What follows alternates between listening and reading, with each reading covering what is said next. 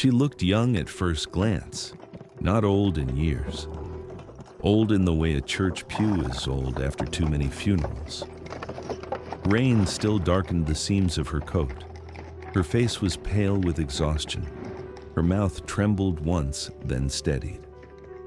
She lifted one finger to the misted bakery glass and wrote a single letter. H. Elias stared and leaned closer. The finger rose, hovered, started to move again, but paused. Help here. Hide? Behind him, the bakery smelled of yeast, damp flour, and yesterday's sugar. Outside, the whole square seemed to lean toward that unfinished mark. Then children came running down the street. A laugh hit first, bright, careless, alive. A ball bounced across the wet stones. Two boys tore past the bakery chasing it, shouting over each other, one kicking the ball ahead with all the thoughtless joy of a morning after rain. And beneath the oak, all 12 strangers reacted at once. They did not flinch. They recoiled, not annoyance, not surprise, but terror. The young woman at the window went rigid. Her eyes snapped past the children, past the square, past the church steeple, west, toward something Elias could not see. For one sickening second, it felt as though she was listening for an answer.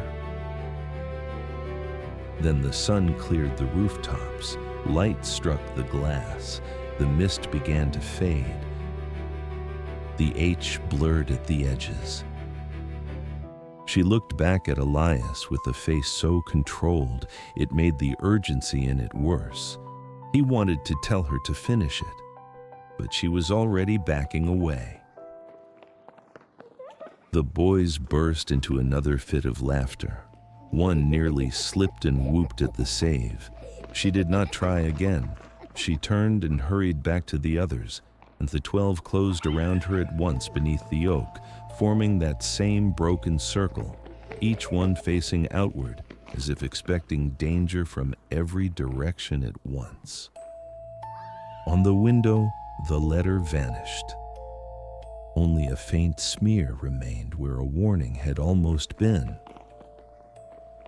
Oakhaven was the kind of town that believed in routine. Bread at the bakery, bells from the church, gossip on porches, children running through the square. The kind of place where people noticed when something did not belong. And that morning, 12 strangers did not belong. They stood beneath the old oak in the center of town, pale and soaked from the storm, arranged in a broken circle like the face of a clock. They weren't talking. They weren't begging. They weren't even looking at one another. By noon, Sheriff Brody had begun to hate the letter H. Not because it meant anything yet, but because it had almost meant something. By breakfast, the town had already begun inventing explanations. Plague refugees, pilgrims, runaways, escaped patients, even worse.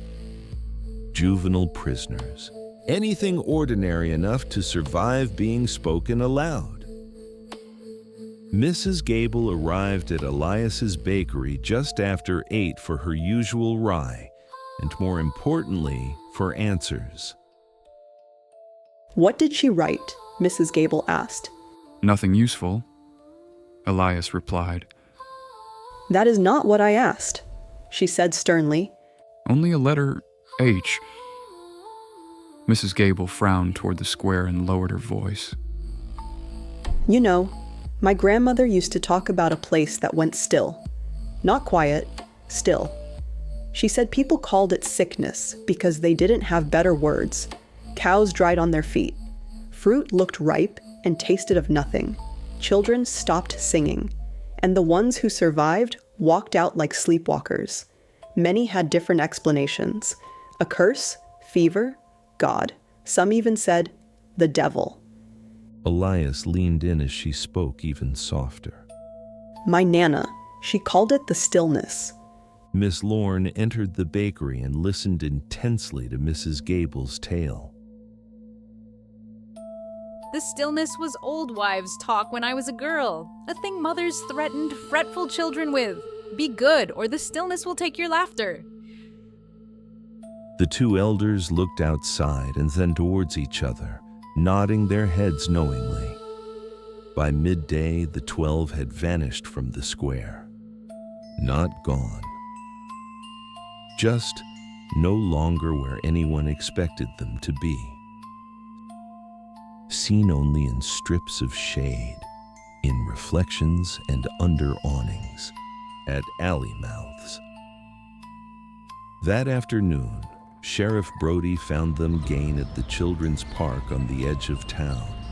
An old park, swings with black rubber seats, monkey bars painted in chipped primary colors, a roundabout with rust in the rails. The place was full of summer noise. Kids pumping higher on the swings, boys daring one another across the monkey bars, little girls screaming with laughter as the roundabout spun too fast.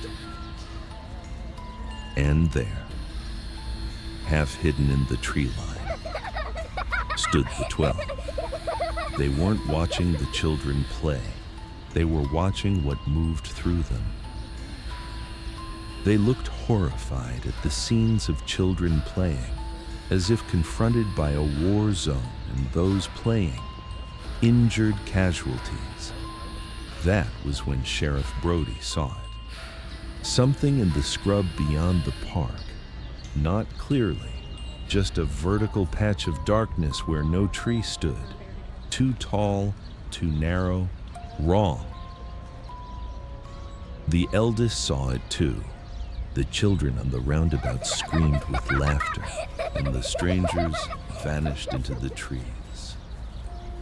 That was when Brody finally understood the shape of what he had been feeling since the storm. The 12 were not simply frightened people passing through town. They were witnesses. And whatever had driven them east had not stopped at the ridge. It was out there still. That night, the eldest girl came to Elias's bakery alone to collect bread. He still had flour dusted over his table. Finally, she finished the word she had tried to write that morning. Hush. Elias stared at it and asked the obvious question. Hush. What?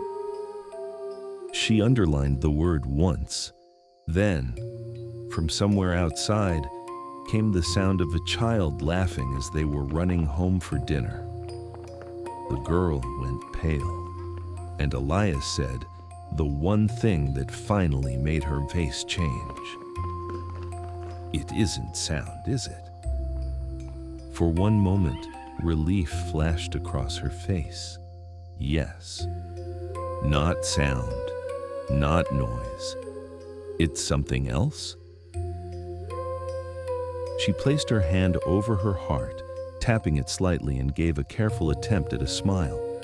The young woman then took the old bread Elias offered her and left in a hurry to the group who were waiting underneath the tree. Some towns are haunted by what lives in their forests. Some by what sleeps beneath them, and some are haunted by the terrible moment they realize they have already been heard.